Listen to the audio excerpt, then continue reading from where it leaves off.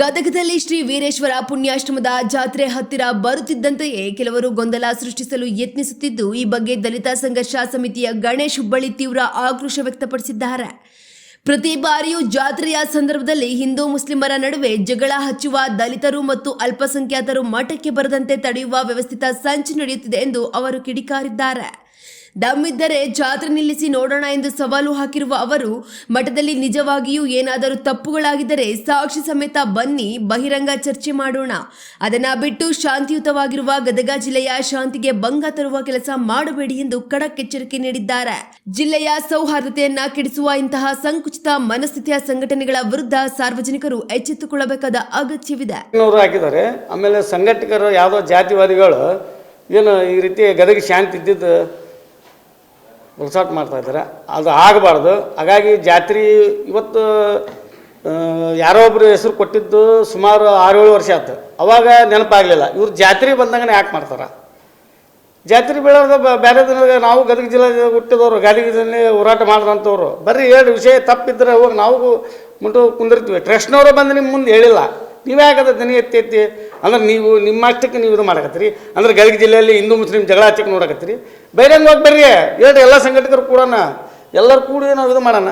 ಅಂದ್ರೆ ನಿಮ್ಮ ನೇರವಾಗಿ ದಲಿತರು ಅಲ್ಪಸಂಖ್ಯಾತರು ಮಠಕ್ಕೆ ಬರ್ಬಾರ್ದು, ಜಾತ್ರೆಗೆ ಬರೋದು ಏನು ಆದೇಶ ಮಾಡಿದ್ರೆ ಮಾಡಿದ್ದೇನೋ ಪ್ರೂಫ್ ಇದೆ ತಂದರೆ ತೋರಿಸ್ಬಿಡ್ರಿ, ಅದಕ್ಕೆ ರೆಡಿ ಆಗ್ತೀವಿ ನಾವು. ಹಾಗಾಗಿ ನಾವು ನಿಮ್ಗೆ ದಮ್ ಇದ್ರೆ, ನಿಮ್ಗೆ ಧೈರ್ಯ ಇದ್ರೆ ಜಾತ್ರೆ ಬಂದ್ ಮಾಡಿರಿ. ದಯವಿಟ್ಟು ಗದಗ ಜಿಲ್ಲೆ ಶಾಂತಿ ಅಂತ ಹೆಸರು ಆಗೈತಿ, ಅದು ಶಾಂತಿ ಆಗಿ ಉಳಿಲಿ, ಕ್ರಾಂತಿ ಆಗೋದು ಬೇಡ ಅಂತೇಳಿ ನಾವು ಅದಕ್ಕೆ ಇಷ್ಟ, ಮತ್ತೇನಿಲ್ಲ. ಇವತ್ತೆಲ್ಲ ನೋಡಕತ್ತಿರ್ತಾವು ಎಲ್ಲ ಜಾತಿವಾದಿಗಳಿಗೆ ಒಬ್ಬರಲ್ಲಿ ಇಬ್ಬರು ಎಲ್ಲರೂ ಹುಟ್ಟಕತ್ತಾರ, ಹುಟ್ಟಬಾರ್ದು ಅಂತೇಳಿ ನಾವು ಇವತ್ತು ದಲಿತ ವಿರೋಧಿ ಸಂಘಟನೆಗಳು, ಜಾತ್ರೆ ವಿರೋಧಿ ಸಂಘಟನೆಗಳು, ಜಾತಿವಾದಿ ಸಂಘಟನೆಗಳು ತಮಗೆಲ್ಲ ಗೊತ್ತಿರ್ತೈತಿ.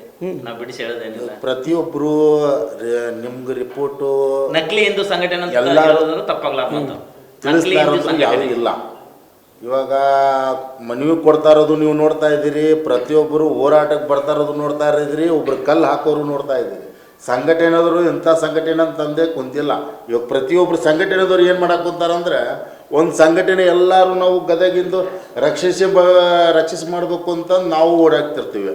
ಅವ್ರು ಏನು ಮಾಡ್ತಾ ಇದ್ದಾರೆ ಅಂದರೆ ಬರೀ ಕುರುಂಟ್ರು ಅಂಥವ್ರಿಗೆ ಕಲ್ಲು ಹಾಕುವಂಥ ಪೊಸಿಷನ್ ಅವ್ರು ಮಾಡ್ತಾ ಇದ್ದಾರೆ. ಇವಾಗ ತಾವರು ದಿನಗಿ ಕೊಟ್ಟಂಥ ವಸ್ತು ಅವ್ರು ಬರೆದು ಕೊಟ್ಟಿರ್ತಾರೆ.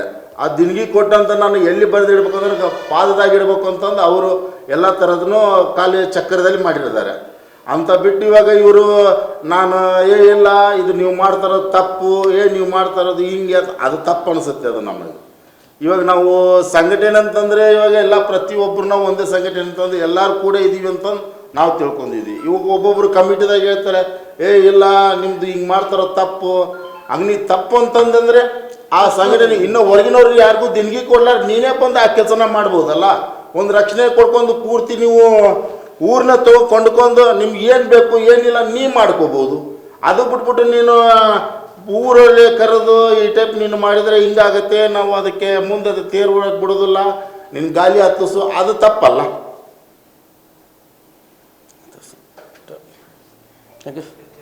ಹೌದಲ್ರಿ? ಇವಾಗ ಪ್ರತಿಯೊಂದು ವಿಷಯ ಏನಾಗಿದೆ ಅಂತಂದರೆ, ಇವಾಗ ನಾವು ಒಂದು ವಸ್ತು ಕೊಡಿಸಿರ್ತೀವಿ ಅಂತಂದ್ರೆ ಅದು ಅವ್ರಿಗೆ ಹೆಸರು, ಅವ್ರಿಗೆ ದಿನಗಿ ಇವಾಗ ನನ್ನ ಹೆಸರು ಅಂತಂದ್ರೆ ಚೀಟಿನೇ ಬರೆದು ಕೊಟ್ಟಿರ್ತಾರೆ ಅವರು. ಅವ್ರ ಭಕ್ತಿ ನಿನಗಾಗ ಕೇಳ ಹಾಕಿದೆ ಅಂತಂದ್ರೆ ಅದನ್ನೆಲ್ಲ ಕೊಡಿಸ್ಬೇಡ, ನೀನೇ ಬಂದು ದಿನ ಆಶ್ರಮ ನಡೆಸು. ಮತ್ತು ಅಲ್ಲಿ ಇಲ್ಲಿ ಸುತ್ತಿ ಹೇಳೋದು ಬೇಕಾಗಿಲ್ಲಲ್ಲ. ಇವಾಗ ನೀವು ಅಲ್ಲಿ ಒಂದು ಮನವಿ ಕೊಟ್ಟೆ, ಇದು ನಡೆಸಬಾರ್ದು, ಇದಕ್ಕೆ ಮುಂದೆ ಉಗ್ರ ಹೋರಾಟ ಮಾಡ್ತೀವಿ. ಗದಗ ಇವಾಗ ಶಾಂತಿಲಿಂದ ಇರೋದು ನಿನಗೆ ಇಡಿಸಿಲ್ಲ ಅನ್ನೋ ಲೆಕ್ಕದಾಗ ಬಂದಿದೆ. ಉಗ್ರ ಹೋರಾಟ ಅವ್ರಿಗೆ ಅಷ್ಟ ಮಾಡಕ್ಕೆ ಬರೋದಿಲ್ಲ, ಎಲ್ಲರಿಗೂ ಬರುತ್ತೆ. ಎಲ್ಲ ಪ್ರತಿಯೊಬ್ಬರಿಗೂ ಬರುತ್ತೆ, ಎಲ್ಲರಿಗೂ ಬರುತ್ತೆ. ನಾವು ಒಳ್ಳೆ ರೀತಿಯಿಂದ ಎಲ್ಲರೂ ಕೂಡಿ ಮಾಡೋಣ